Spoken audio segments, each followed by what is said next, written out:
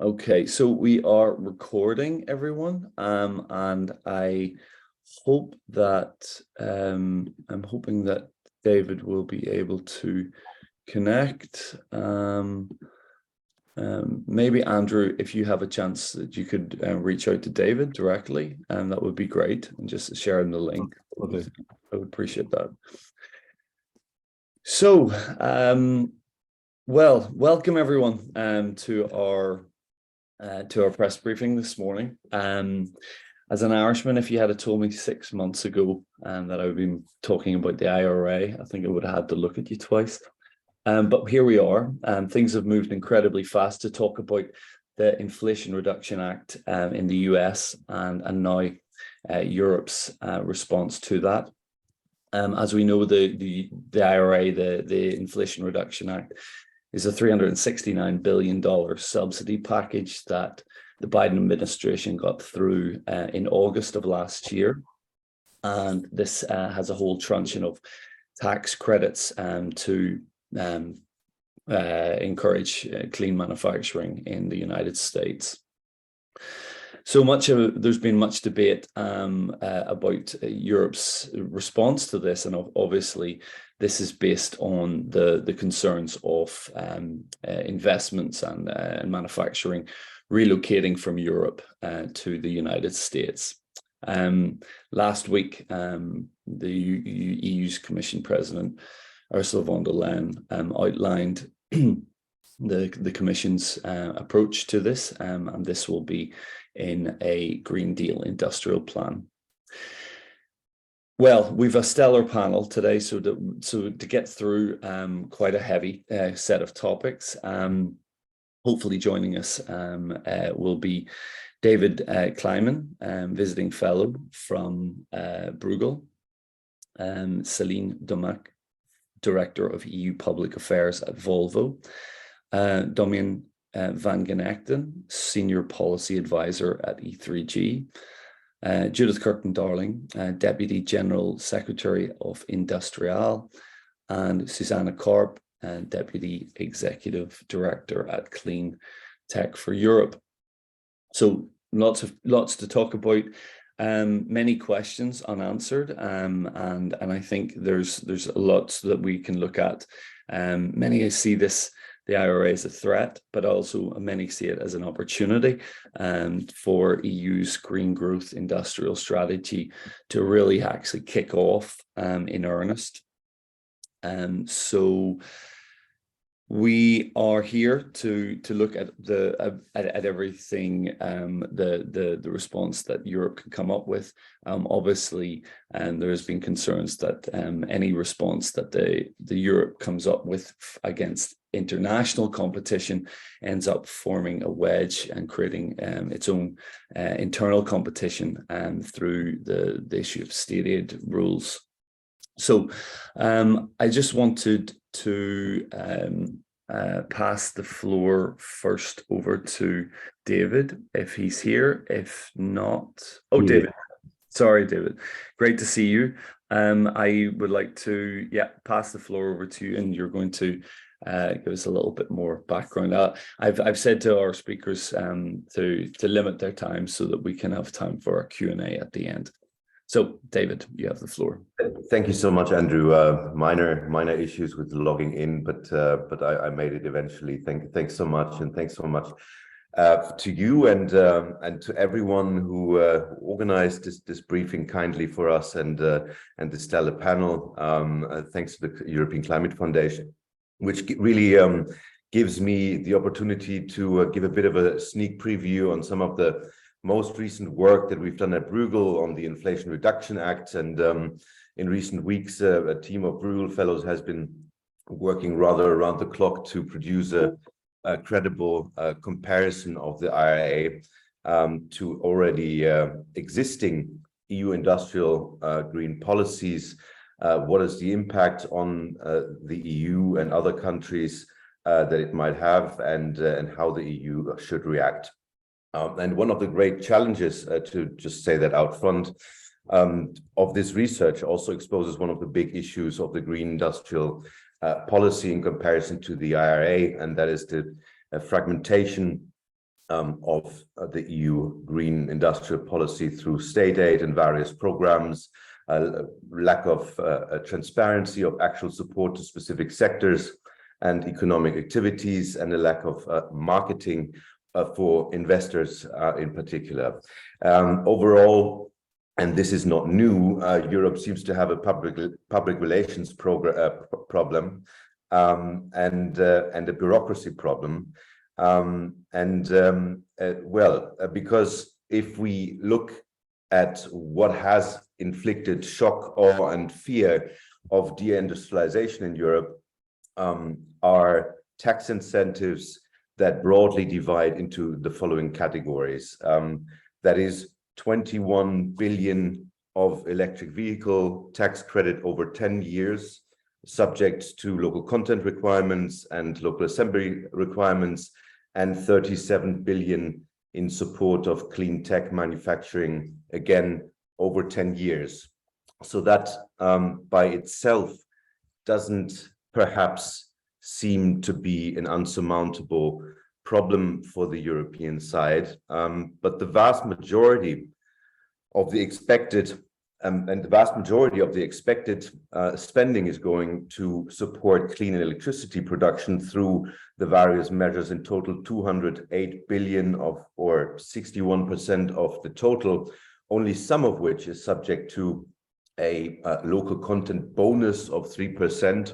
Yes, that is WTO illegal, like the local content requirements for electric vehicles, but it is just a 3% bonus on top of a 30% tax credit for a highly desirable support scheme. Now, if we do a by and large comparison, the IRA and existing EU policies in support of the green transition do not differ all that much with respect to the volume of subsidies. Indeed, renewable energy support are likely to remain far larger in the EU than in the US, even after the IRA is rolled out. It is beyond doubt, however, that the IRA subsidies are more trade distortive, harmful to the international trading system, and harmful to most trading partners. Its effects on decarbonization outside the US go in both directions, really, but in the long run, well, we all know what happens in the long run, but in the long run, the benefits should outweigh the costs. Secondly, in thinking about how to respond to the IRA, this team of Bruegel fellows have, come to the conclusion. We basically just finished the paper that should come out next week.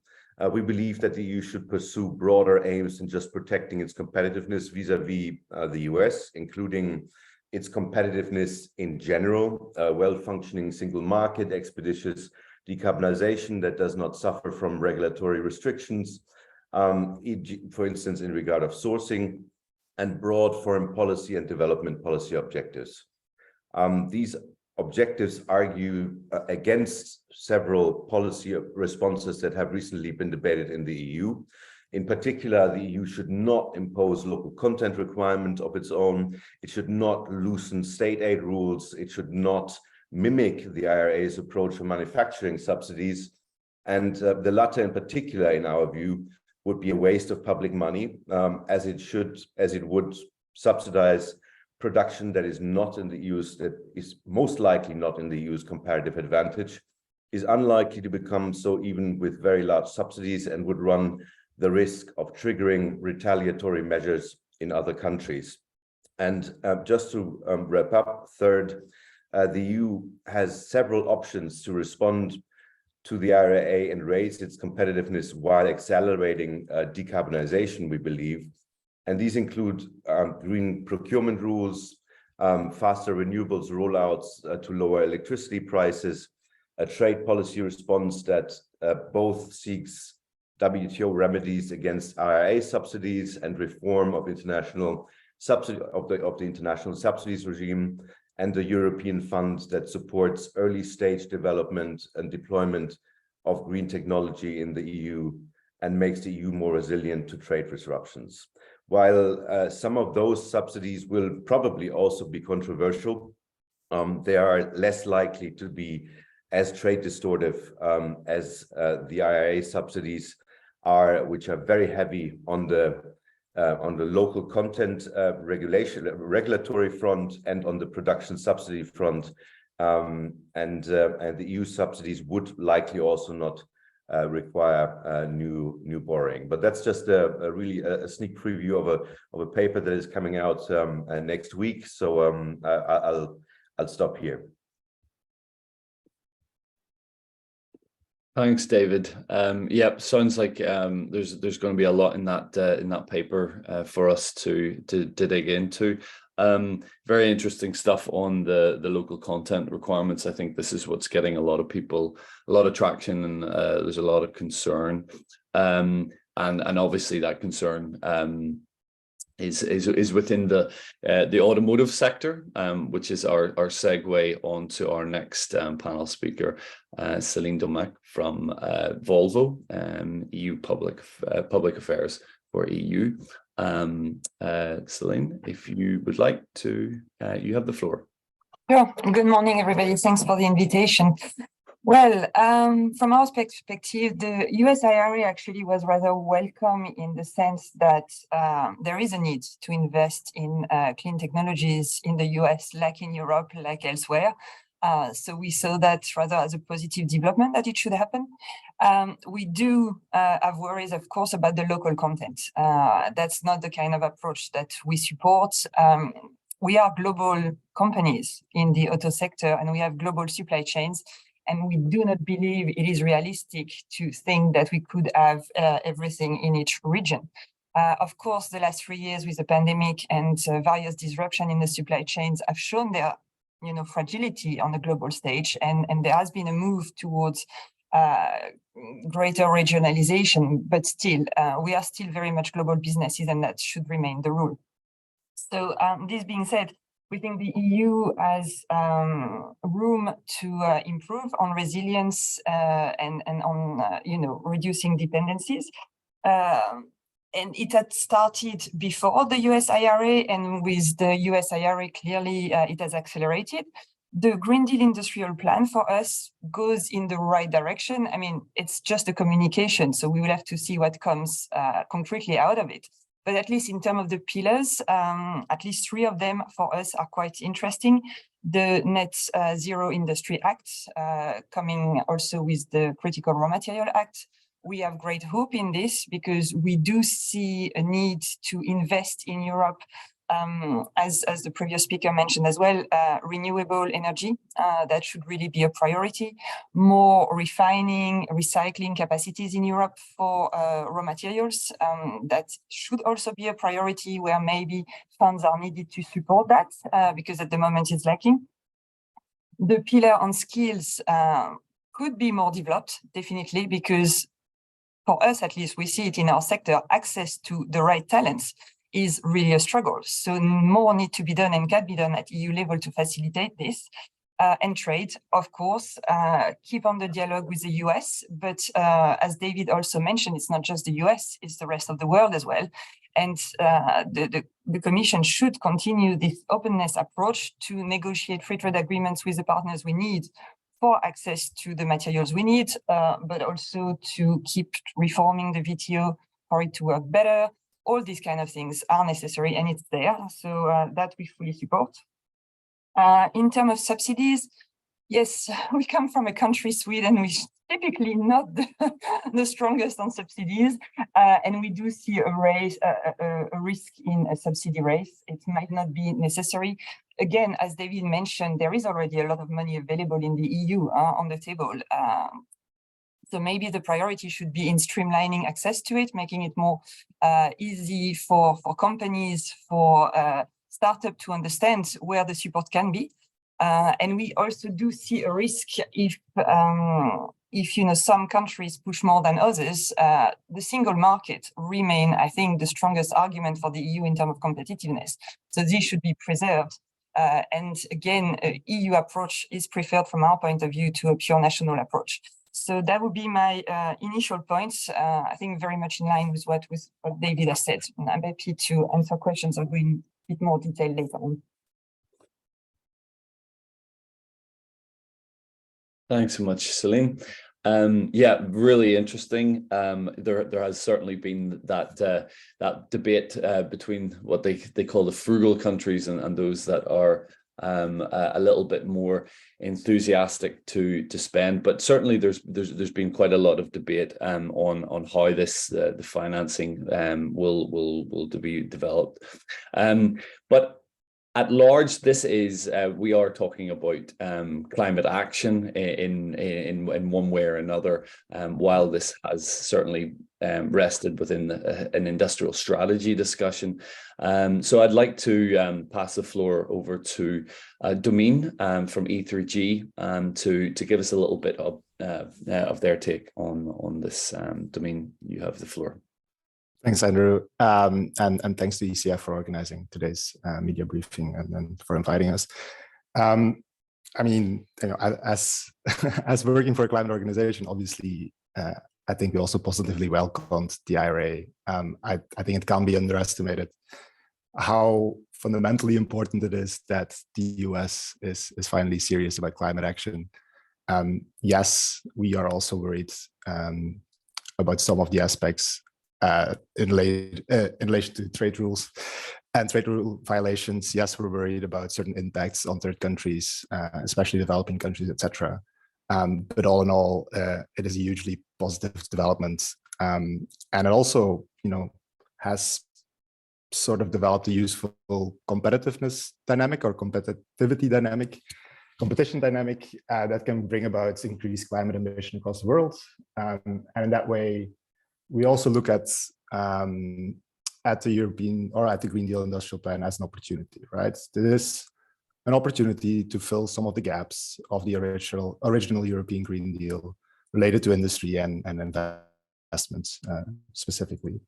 So in that sense, there's a possibility here for the EU to launch a sort of Europe-wide response, yes, which boosts clean tech and industrial competitiveness, but also accelerates decarbonization and brings about, you know, economic prosperity across the EU. So, I mean, with those 3 points in mind, I think looking at what's on the table right now, and it's still early days. We only have a communication, as was already said. But when looking at that plan, I think it's very much focused on that first point, right? It's about boosting domestic manufacturing. It's about clean tech scaling. Yes, it's about jobs and competitiveness, but I do think it falls short of a full-fledged clean economy strategy, which also means it poses some risks. And from my side, looking at industrial decarbonization, I think it's very important to sort of differentiate between different types of industries when we talk about you know, supporting industry. And in very broad terms, there are two industrial, well, you can't call them sectors, but there's sort of two different industries that we're talking about. On the one hand, it's your enabling your clean tech industries, such as, you know, battery production, hydrogen electrolyzers, renewables, etc. And on the other hand, you have your more traditional heavy industries, right? Your energy intensive industries, your carbon intensive industries, which need access to steel, etc. And I think what started off as very much a focus or a worry about losing investment in the former, so in your batteries, renewables, etc., is slowly going towards a more full-fledged industrial strategy or, you know, industrial plan that is focused on both. I think it's a positive development, but we need to treat both a little bit differently, and that's not something I'm currently really seeing. So support for your clean tech, very much welcome, but I also think the focus is for mitigation and actually deploying those technologies in Europe. Right? It's one thing to say we're going to give public money to private companies to boost their competitiveness, but I'm a bit worried about channeling public money towards private companies solely for the fact of increasing their market share. I think we should make sure that this money is, I mean, public money at least, goes towards, you know, increasing climate ambition, increasing the delivering of you know, of clean tech technologies. I think it also misses sort of a focus on European energy efficiency industry, which I think is somewhat surprising, especially in times of still high energy prices. And also, I mean, energy efficiency is very much vital to help ensure Europe's long-term competitiveness, and boosting those type of manufacturing industries is definitely a gap right now. So that's on the clean tech part. I think when it comes to decarbonization of heavy industry, yes, I think a focus on there should be welcomed, but it also needs to balance sort of the give and take that we're offering to those industries. There is, one of the fundamental aspects of European climate policy is the polluter pays principle. And I think most of us are familiar with the fact that the polluter pays principle hasn't been applied to many of these industries in the past. So right now, with the EU saying it is mainly going to loosen state aid rules for governments to grant more support to decarbonize these industries, I think it is fair to say that we also need to ask something in return. And I hear no one talking about, guardrails for future money, about governance arrangements, about strengthening decarbonization goals, conditionalities, etc. So that, from our perspective, is definitely something we'll be looking very closely at in the coming weeks and months. So I think to summarize, and as I said in the beginning, like, it's still early days, but the three things we look out for will be that, the support that will be provided, we will see state aid guidelines being revised, that it targets genuinely green activities. We don't need incremental change, we need fundamental change, and that's where money needs to go to, with clear conditions for climate, social, and economic returns. Secondly, this is not only about money and subsidies. I think, as has been said before, this needs to go hand in hand with, stronger regulation and governance. Competitiveness is not built by subsidies. It is built by a robust framework, regulatory framework that channels private investments to those areas where it's needed. And third, we haven't really talked about it yet, but I think it's very important. Basically, this needs to be a full-fledged, EU solidarity mechanism linked to it. It can't just be increased state aid capacity for the larger member states with big fiscal space to invest. No, this needs to make sure that this becomes an EU-wide story. And yeah, that's something we will be looking at very closely. Thanks. Thanks, Amin. Really, really interesting stuff there. Ask for something in return. Yeah, there's some very, very interesting points there. Yeah, how do we get bang for the buck, as they say, in when we're talking about public spending?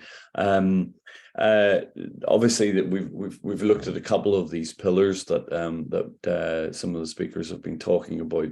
The third pillar looks at skills and development, and of course, you can't have a manufacturing sector without the workers to get this to get us over the line. So I'd like to bring in Judith Kirton-Darling's perspective at this point in time to give us a little bit more of the heads up from industriAll.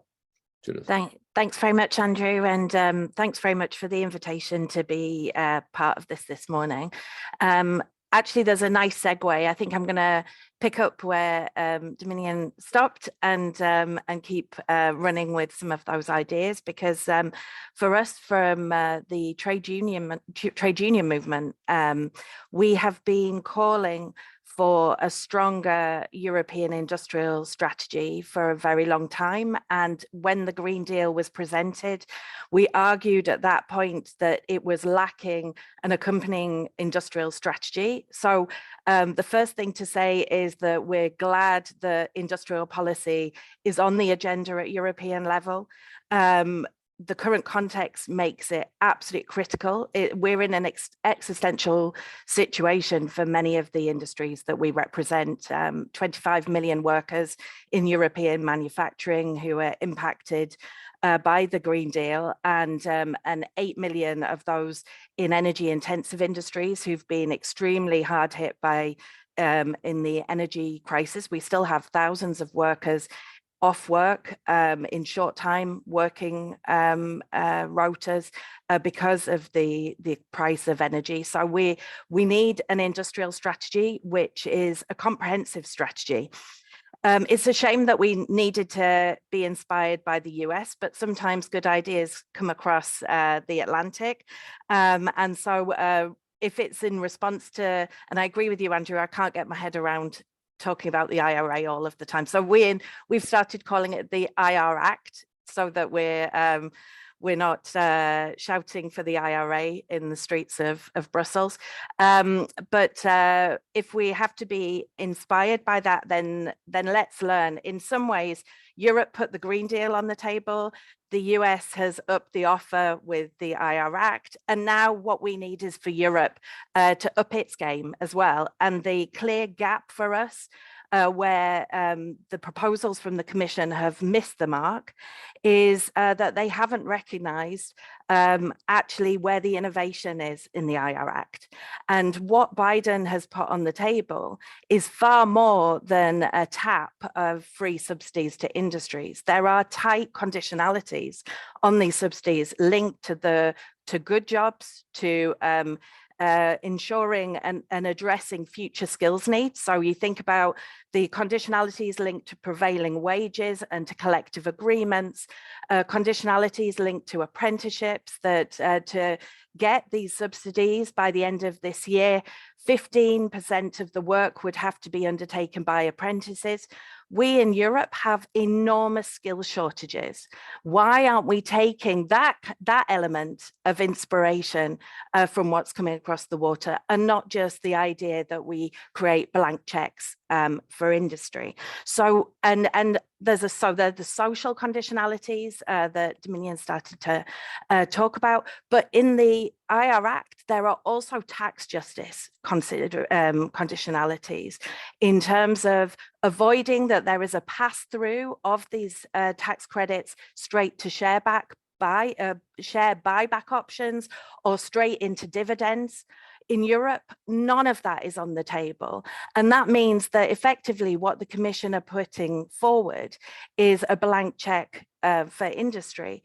And for us, that is actually reinforcing old wine in even older bottles in terms of an economic agenda. It lacks all of the imagination that we've seen developed in this climate response in the US. Now, I'm not saying that there aren't things in the package which we welcome. So in terms of reducing administrative burden, things like improving permitting procedures, ensuring that things are sped up, these are to be welcomed. Obviously, we have to make sure that that's done in a transparent, democratic framework, but it's an important step forward. But under the skin of calling for the reduction of administrative burden, what we're already hearing from some governments is labour market reform. So for us, this again runs counter to the agenda which is being pushed in the US, which is about strengthening the workforce resilience, about creating good jobs. If we're just talking about more flexibility for European manufacturing, then that's not going to bring manufacturing workers, I should say, that's not going to bring the investment in skills and the upskilling, the massive industrial revolution we have to see, which is upskilling and reskilling in the next 10 years to be able to achieve our climate goals. We welcome, and we're working on very closely, the Critical Raw Materials Act. We'll see what the Net Zero Industry Act looks like in practice, but we need to take a value chain approach to this, and there I agree actually with what was just said about looking at the clean tech enabling sectors, but also having an agenda which is about decarbonisation of foundation industries in Europe, because the danger would be that we focus on sexy parts of industry and we forget how integrated our industrial fabric is, and that you need those foundation industries underlying all of our industrial base. On skills, I mean, for us, this is just an enormous missed opportunity. There is nothing new on the table.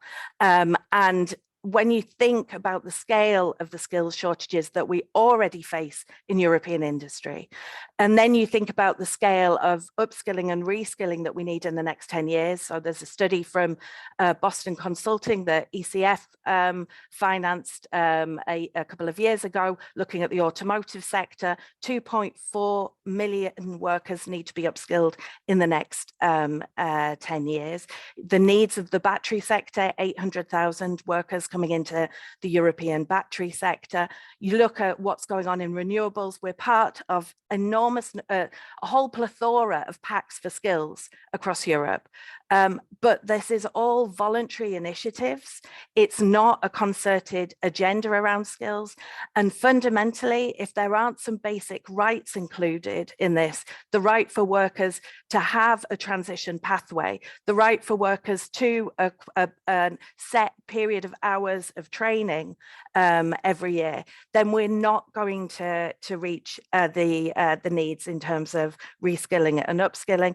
And without any ambition around apprenticeships, how are we going to deal with our demographic pyramids, where the average age in industry is rising higher and higher towards retirement, and we're not seeing the pipeline of young people coming into industries, whether they're sexy or they're not sexy. So we need a lot more ambition around skills, and it's just an enormous lost opportunity.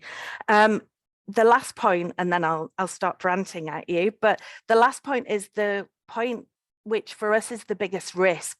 By focusing on state aid and the easing of state aid, what we risk doing is not strengthening the foundation and the resilience of European industry across the continent, but we will increase the competition between workers within European industry with a race to the bottom as countries chase subsidies and they offer more and more tantalizing deals towards multinationals who are bidding off against each other around, bidding countries against each other around the world now in this race.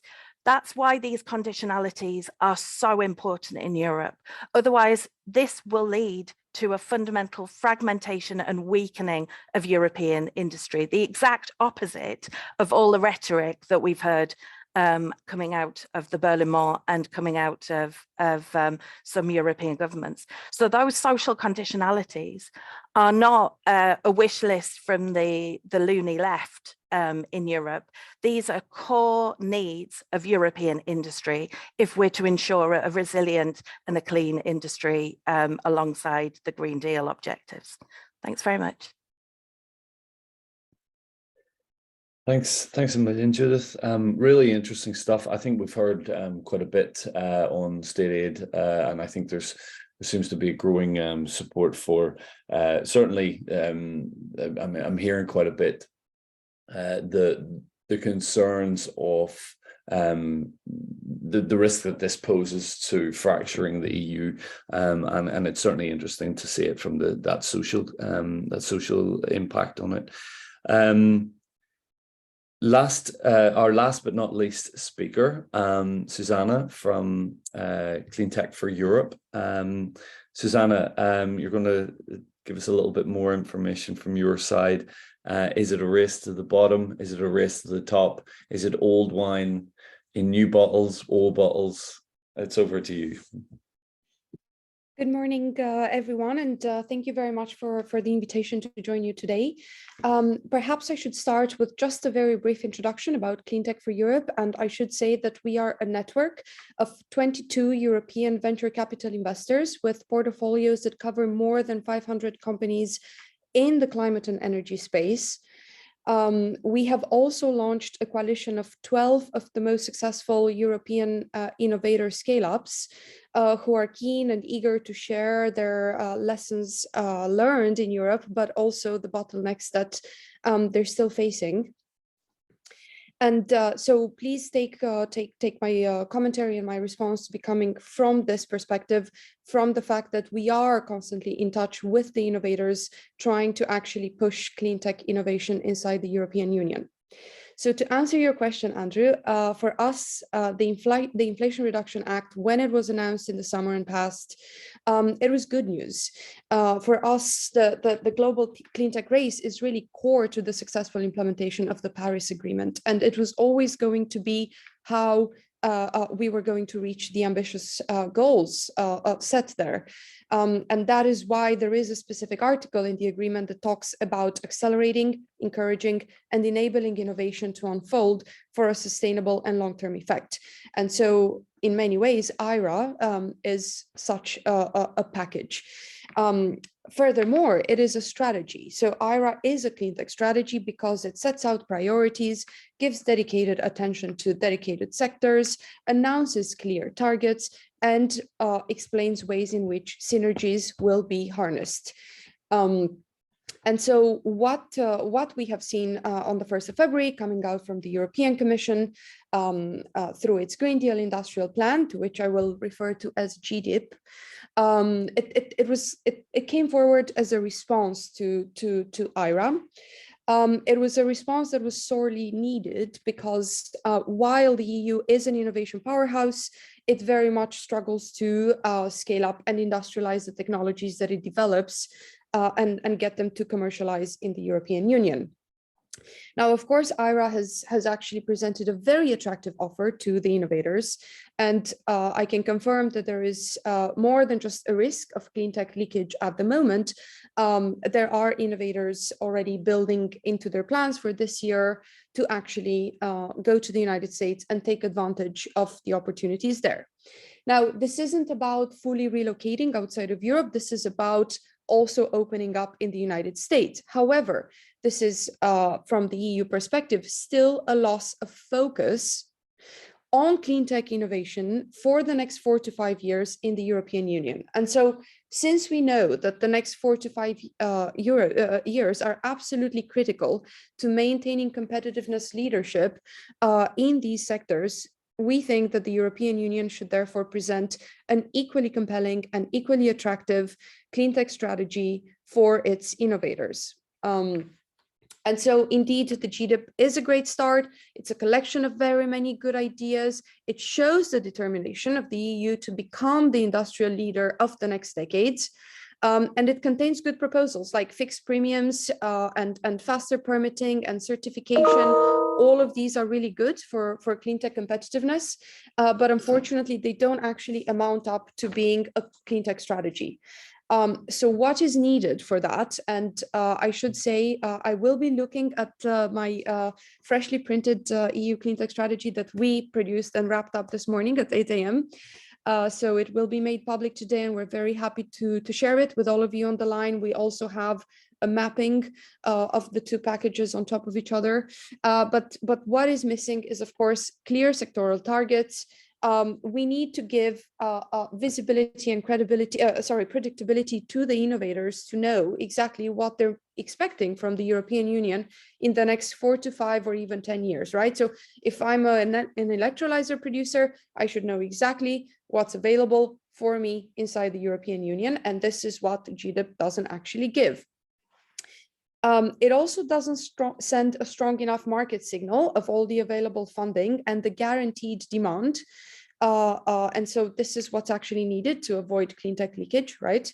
And so what we encourage is that instead of having a subsidy race, and instead of actually relaxing state aid rules without giving a clear steer of how this is going to go across the 27 member states, we would prefer having a clear focus on how to improve the existing instruments and how to introduce new focus on the critical sectors for the next couple of years.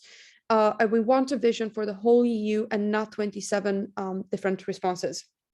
So the first proposal, what would it need to have clear sectoral targets and priorities?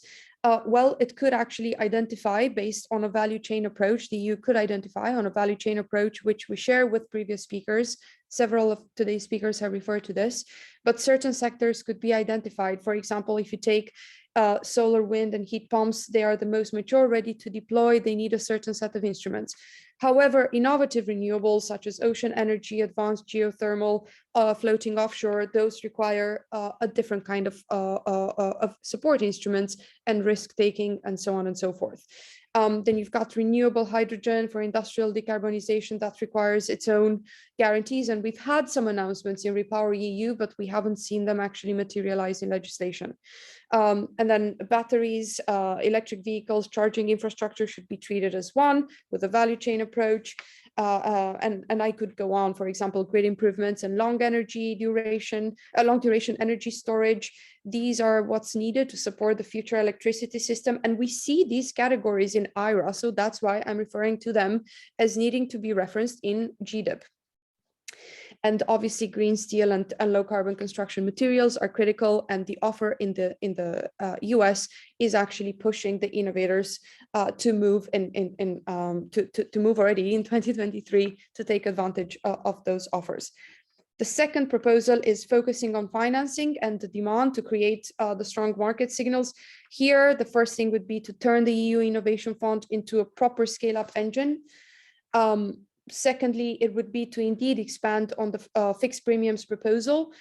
So while we're thinking of launching an auction for 10 years for a fixed premium for renewable hydrogen, this could be expanded to all the sectors covered by the Innovation Fund, if that's the vehicle, or otherwise a separate vehicle.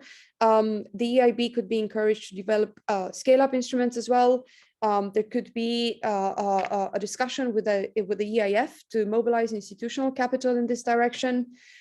We could have clear binding manufacturing and production deployment targets, de-risking through stronger certainty of price and demand.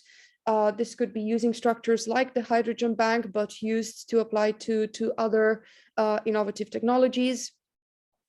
Now, incentives for buying clean products, clean technologies. Yes, this could be achieved with also with tax credits for buying green steel and low carbon cement, electric vehicles, and so on. And ultimately building extremely strong coalitions inside the European Union to act as off-takers in the way that we've seen the first movers coalition being talked about and developed. And last but not least, the EU-wide approach. So for us, the global cleantech race is also a race to build up our supply chains. And in this regard, the first step would be to actually, and the Commission talks about it, but indeed have a mapping exercise so we can identify the current bottlenecks in the critical cleantech sectors today. But secondly, we should actually prioritize and try to build the shortest supply chain possibles for equipment, because this also saves us time. It strengthens the resilience of the supply chains, for example, in the world of electrolyzers, but also beyond. And it would mean strengthening the industrial base to actually be able to build and assemble EU-made equipment.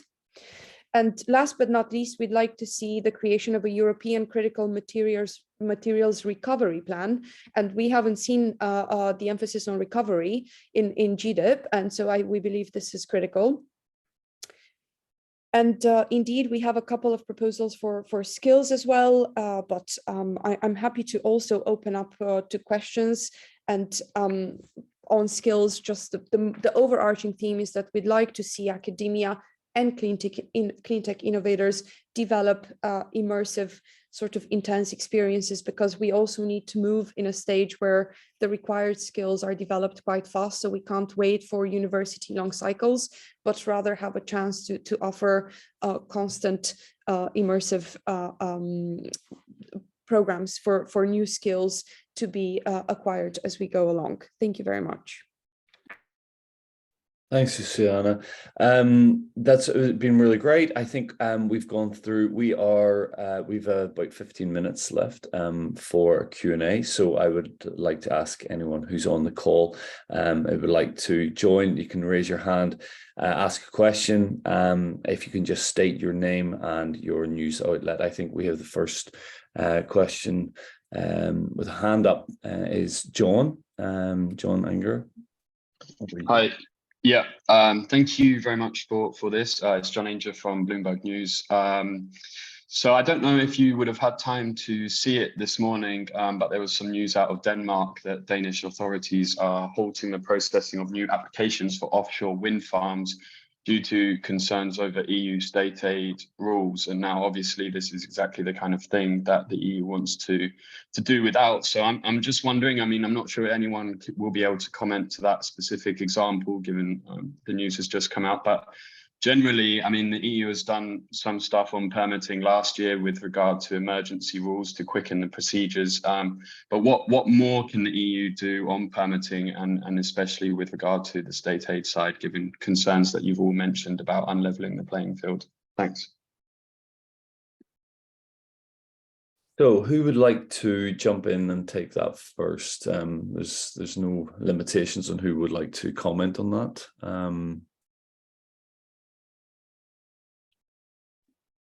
Okay, I'm really glad to then take on the question. The position so far on relaxing state aid rules from our side has been that it's pointless to do so in the absence of a clear focus on the clean tech innovators that would actually then still have to wait in the queue to access state aid, when we know that the bigger incumbents already know how to access these schemes and will probably have a chance to get ahead. So it's indeed, I think the question itself shows that permitting needs to be tackled through a EU strategy, and only then can we talk about relaxing state aid to really allow for support for, as you said, offshore floating, for offshore wind, floating offshore wind to actually get the support it needs in the time that it needs. So it seems a bit odd to be starting with state aid reform, but not to be addressing the need to actually move permitting to a much faster just to much faster cycles. However, I do understand that there's various conversations on that unfolding in Brussels at the moment. So I think what's needed is really a very clear and very firm predictability on what can be expected for such projects, right? So we would need like a maximum of 3 months, basically, from the time of application from until it actually goes through. And these are the sort of timescales that we need to get accustomed to.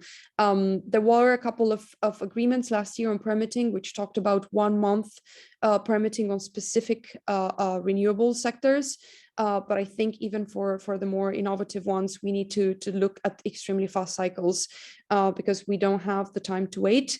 And it's clear that also just even moving some of the announcements to the Net Zero Industry Act creates a delay of 12 to 18 months, possibly. So I think the EU should exactly focus on accelerating permitting with predictable timescales, irrespective of state aid relaxation rules, or maybe then just focusing state aid relaxation rules on just that.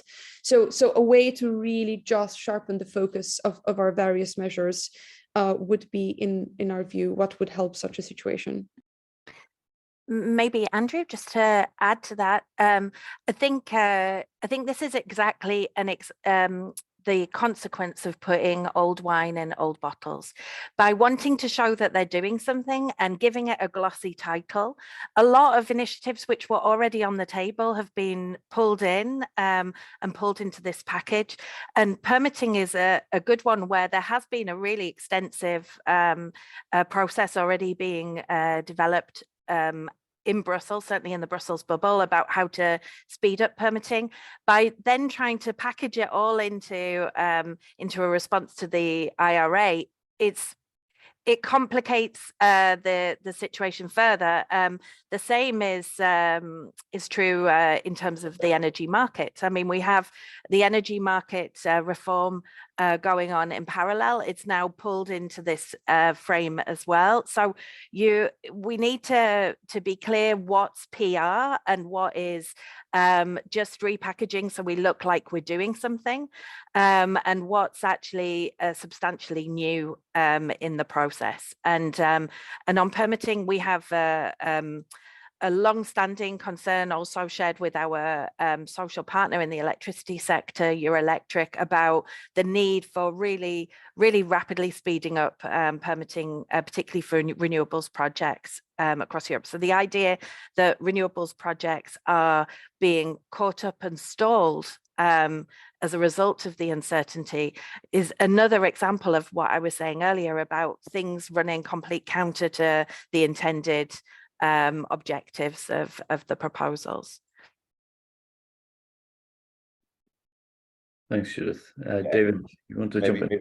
Yes, maybe just to say the obvious things in this case without being able to comment on this particular piece of news. I think, you know, as previous speakers have said, the IRA does shed a light on the weaknesses of the European Green Deal and Green Deal industrial policy, and that also applies obviously to the expeditious administration of state aid rules. That does apply. At the same time, there is of course no crisis in the European Union that does not pass by without major calls for the simplification of state aid rules. It just does not happen. So this should be seen sort of as a standard call. At the same time, yes, there is certainly space for an expeditious or for less red tape and for more predictable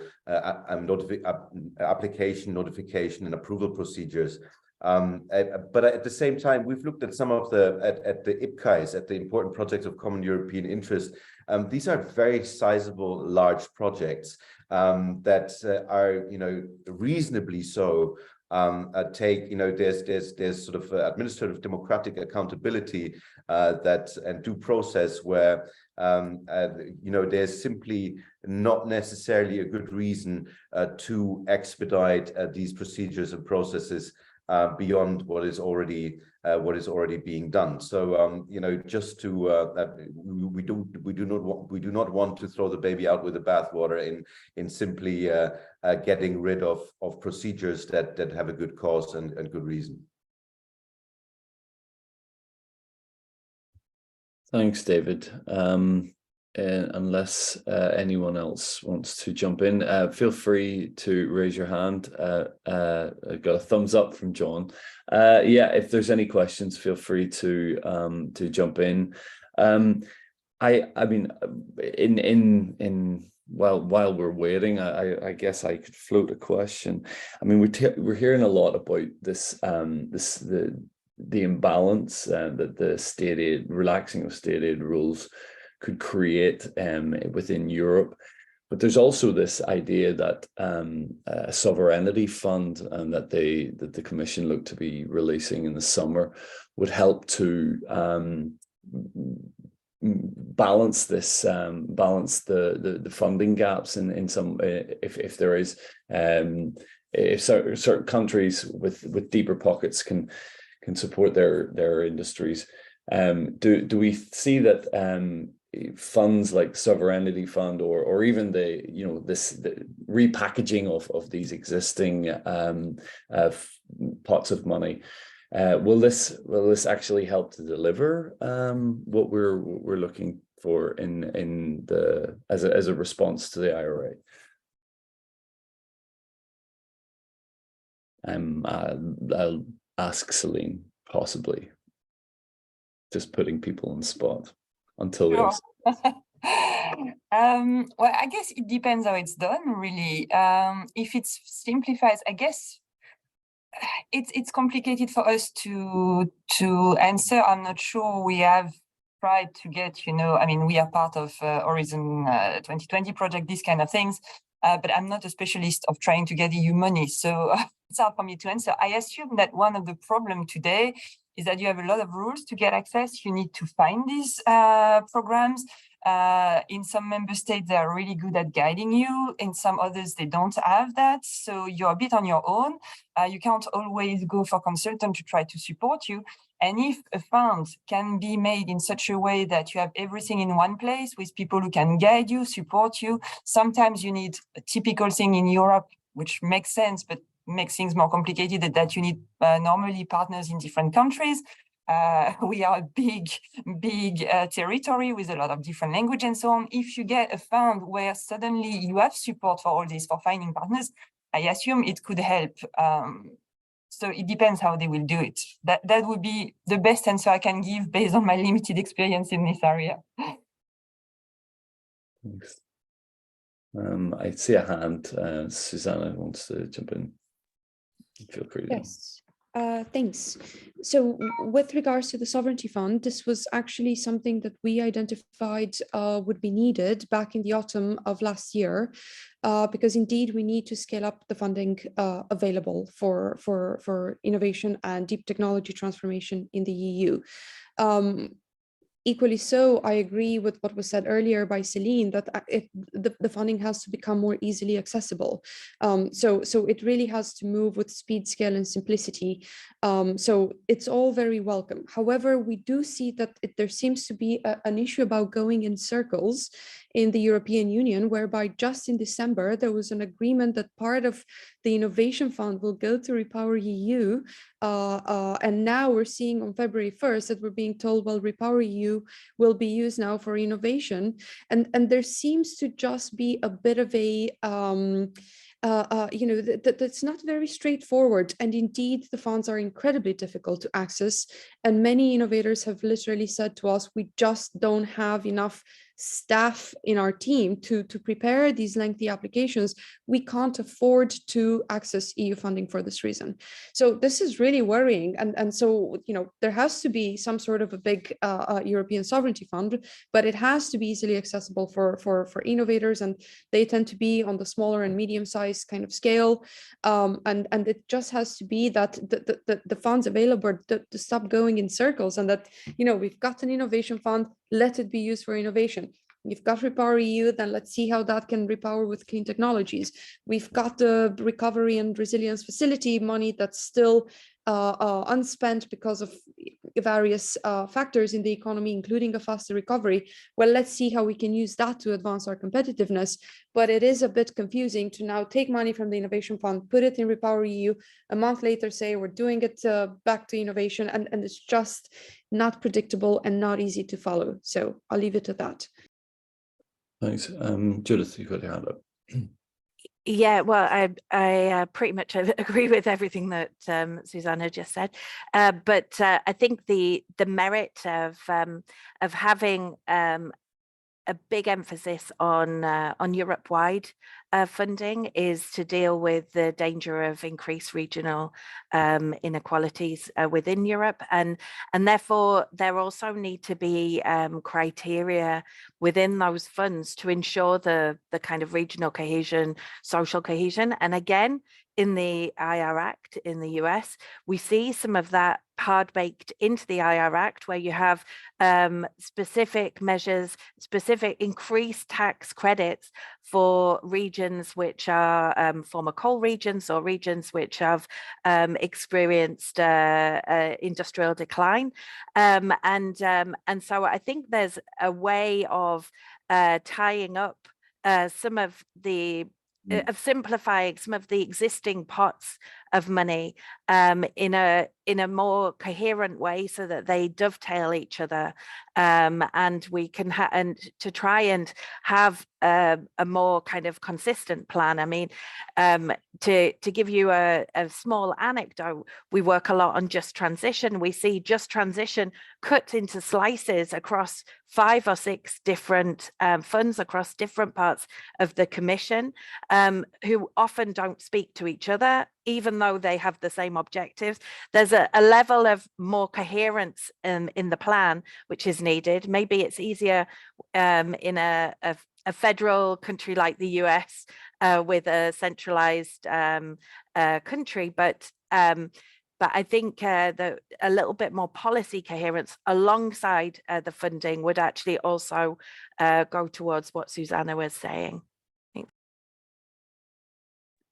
Yes, stop working in silos. I think that could be cuts across a lot of borders. Yes, listen, this has been a fantastic conversation. We are at the end of our time. It's really just on that last reflection. Just making sure that this is an economy wide and that it's actually accessible to everyone, regardless of how the money is being spent.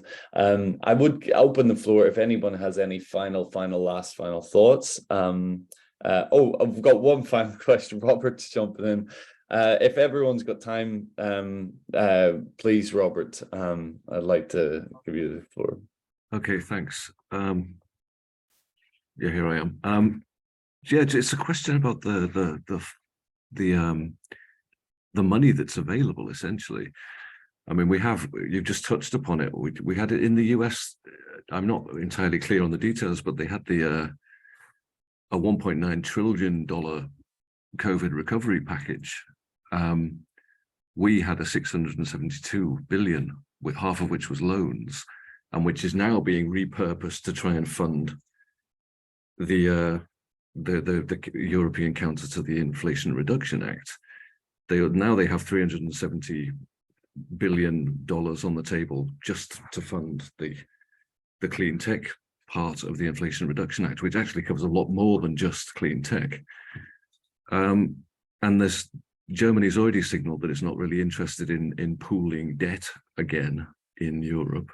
So that begs the question, how powerful is the sovereignty fund going to be if it materializes? So I suppose my question is, can Europe really even try to compete with the US with the same kind of mechanism, because it just doesn't have the capability of pooling money and acting as a 27 nation bloc to fund a massive investment in infrastructure or scientific development and so on, which means we could end up in the position, as has been mentioned, of the rich countries in Europe being given free rein to subsidize their industries as much as they like in Germany, which is going to lead to a fracture of the EU, which we saw when a similar divisive approach was used during the Eurozone crisis. So that's my question. Any comments on this?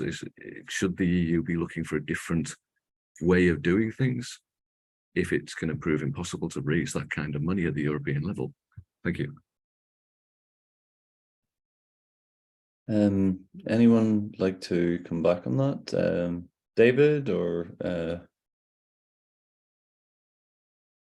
well, I mean, I think thanks so much, Andrew. I think I would make a point out of sending our report coming out next week, especially and directly to Robert, because I think the main message here really is to say the funding levels are sure European versus federal US is different, but overall seeing member state aid as well as EU level funding compared to the US federal funding is not that different. The structure of the funding is very different in terms of a very heavy focus on the production funding side in the US versus innovation consumption on the EU side, and we but generally speaking, the funding levels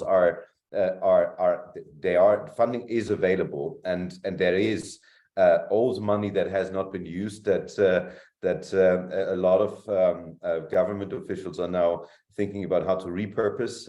So that does make some sense. But what we are really not good at apparently is to, as you say, in terms of the pooling, is to put the large chunk of cash to say this in such an unsophisticated manner on the table and make it predictably available for an amount of 10 years. And that is, of course, a massive advertisement. Put a local content requirement on top of it, and you will have and you will have people shouting in advertisement for this money. So I would say we need to streamline and render more coherent and better market the incentives that are existing, and we will hope to make a contribution to that with the report that is coming out, managing the Atlantic storm over clean tech next week, and we will make sure to send you a copy. Thank you, David. I did see a few hands from Domin and Susanna. Any final thoughts on this before we wrap up? Because I apologize for everyone. We're going over a little bit, but last question jumped in. Anyone? Nope. Okay, no problem. Listen, guys, thanks so much, everyone, for your time. Everyone who was in attendance, everyone who's watching this and recording as well later on. Thank you so much. It's been a fantastic conversation. I think it's working. It's moving very fast, but we're still in the middle of things. So there's going to be plenty more to talk about in the months ahead. Have a great rest of the day, everyone, and thanks so much for taking the time to come here. Take care. Thank you. Thank you very much. Bye, everyone. Thanks. Bye. Bye. Bye. Bye. Bye.